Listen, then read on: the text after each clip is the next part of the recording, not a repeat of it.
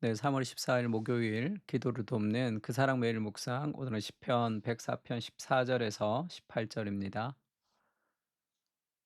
15절에 보면 이런 표현이 있죠. 사람의 마음을 기쁘게 하는 포도주와 사람의 얼굴을 윤택하게 하는 기름과 사람의 마음을 힘입게 하는 양식을 주셨도다. 하나님이 우리에게 주시는 양식, 그다음에 그런 공급이 단순히 생명을 연장하는 것이 아니라 기쁨과 윤택과 힘을 주신다는 거죠. 그런 하나님의 공급을 좀 소망하며 기도하는 그런 시간이 되면 좋을 것 같습니다. "사람의 마음을 기쁘게 하는 포도주와"라는 제목으로 좀 말씀을 나누려고 합니다. 그러니까 첫 번째는 하나님이 우리에게 생명을 주시죠. 그러나 하나님 우리에게 공급하시는 것은 단지 생명을 연장하는 것이 아니라 그냥 그저 그렇게 살아가는 삶이 아니라 생명력, 생기를 주셔서 우리에게 넘치는 은혜와 풍성한 생명력을 주시는 거죠. 왜 그러냐는 거죠. 그것은 하나님의 사명을 감당하기 위해서 하나님이 우리에게 주시는 겁니다.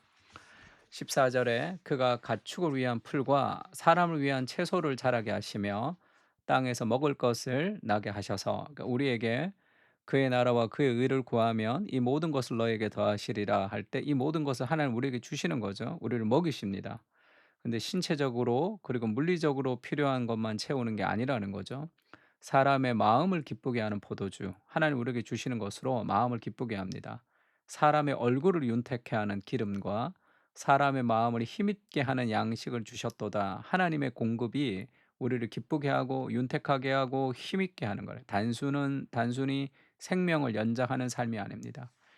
여호와의 나무에는 물이 흡족하며 곧 그가 심으신 레바논 백향목들이로다. 하나님이 심으신 것은 그냥 간당간당하게 살아가는 것이 아니라 물이 흡족해서 레바논의 백향목 같이 풍성해진다는 거예요.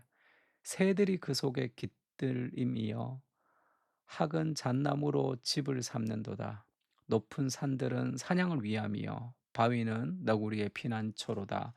이런 풍성한 하나님의 창조의 역사들을 지금 보여주고 있습니다. 그러니까 하나님 우리에게 생명과 생기를 주신다. 첫 번째는 이 생명력을 주시는, 생명을 연장할 수 있도록 우리를 살게 하십니다. 잠언에 보면 이런 말씀이 있죠. 내가 두 가지를 주께 기도합니다. 죽기 전에 내게 이루어 주십시오. 거절하지 마십시오. 곧 헛된 말과 거짓말을 내게서 멀리 하옵시며 나를 가난하게도 마옵시고 부하게도 마옵시고 오직 필요한 양식으로 나를 먹이시옵소서. 혹 내가 배불러서 하나님을 모른다 여호와가 누구냐 할까 하오며 혹 내가 가난하여 도둑질을 하고 내 하나님 이름을 욕되게 할까 두려워함이니이다. 하나님 내게 하나님의 은혜를 공급해 주시고 우리에게 일용할 양식과 필요한 재물과 내 삶의 것들을 하나님 공급해 주십시오. 그렇게 우리가 기도하죠. 정말 돈 많이 벌게 해 주십시오. 그것보다 하나님 내게 허락하셔서 가장 예수님을 잘 믿을 수 있도록 주께서 내게 도와주십시오. 그렇게 이제 기도해요. 이러한 양식을 위해서 기도해야 됩니다. 하나님 우리에게 그것을 주시는 거죠.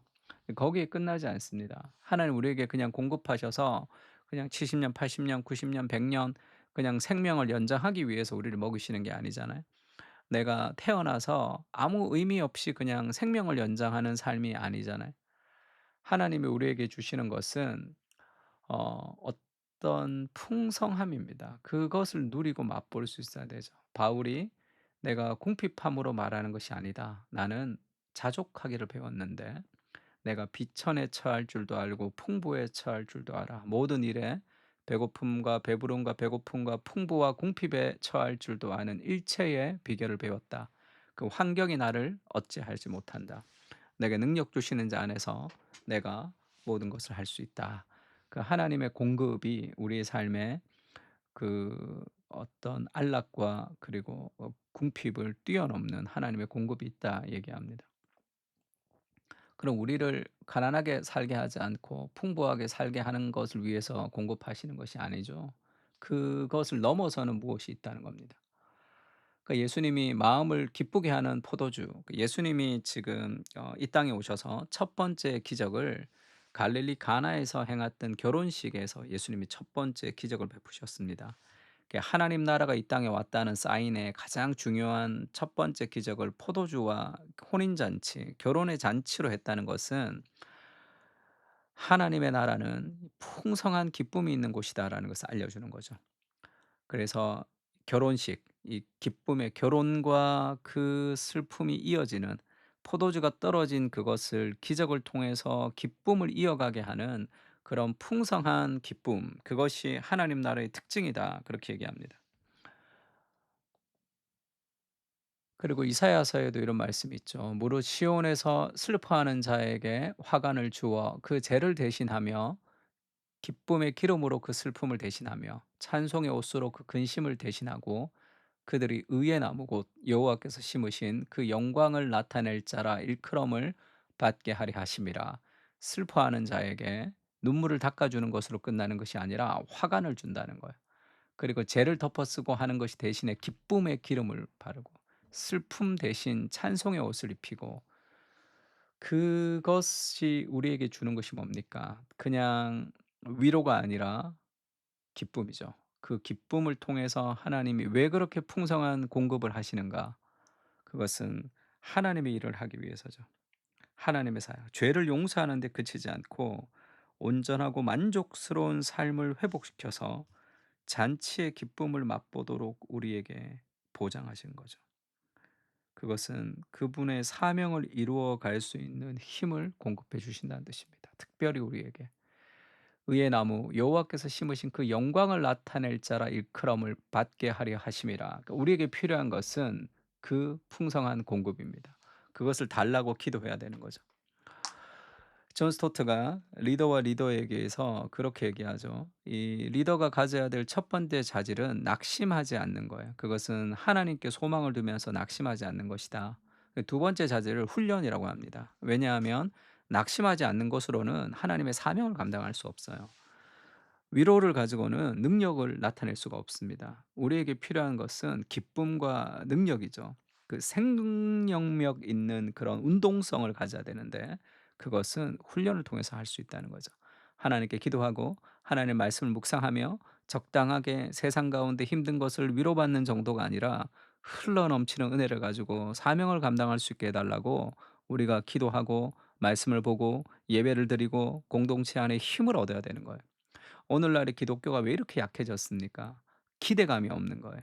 하나님의 능력과 하나님의 그런 풍성한 공급을 가지고 내가 골리앗 앞에 서야지 두려움이 없는 것인데, 직장이 힘들어요. 가정이 힘들어요. 삶이 힘들어요. 뭐가 힘들어요. 그 힘든 것을 적당하게 이렇게 위로받는 정도로 살아가는 삶으로 이 전락돼 버린 거죠. 하나님이 그렇게 제한당하시는 분이 아닙니다. 하나님, 우리 인생 가운데 그런 압도하는 능력을 주십시오. 그렇게 좀 기도해야 돼요. 시편 23편 5 절에 그렇게 얘기합니다. 주께서 내 원수의 목전에서 내게 상을 차려 주시고 기름을 내 머리에 부으셨으니 내 잔이 넘치나이다. 그러니까 내 잔이 넘쳐야 되잖아요. 간당간당하게 그렇게 채우는 인생이 아니라 내 잔이 좀 흘러 넘쳐야지 다른 사람의 빈잔을 좀 채워주며 살아갈 거 아닙니까? 내 잔 하나 채우지 못하며 근근히 살아가는 삶의 위로를 가지고 사명을 감당할 수 없는 거예요. 그것이 우리를 부르신 목적이 아닙니다. 그러니까 너무 작은 것에 만족하며 살아가는 거죠. 내 입을 넓게 열라 내가 채우리라. 그 하나님의 풍성한 공급을 누리면서 살아가야 됩니다. 지난주 설교할 때도 그렇게 얘기했죠. 가인과 아벨의 싸움은 하늘의 공급이 끊어진 이 땅의 시기와 질투와 그렇게 살아가는 거죠. 하나님, 세상 힘들지만 압도하는 은혜를 주십시오. 그 흘러넘치는 은혜를 우리에게 허락해 주십시오. 그렇게 기도해야 됩니다. 예수님이 그렇게 얘기하죠. 내가 온 것은 양으로 생명을 얻게 하고 구원이죠. 더 풍성히 얻게 하려는 것이라. 예수님 그 풍성한 공급을 우리에게 허락하여 주셔서 우리의 삶에 힘을 가지고 우리가 세상을 향해서 나갈 수 있는 사명을 감당하는 능력을 허락해 주십시오. 요한복음 16장 22절에 이렇게 얘기합니다. 지금은 너희가 근심하나 내가 다시 너희를 보리니 너희 마음이 기쁠 것이요 너희 기쁨을 빼앗을 자가 없으리라.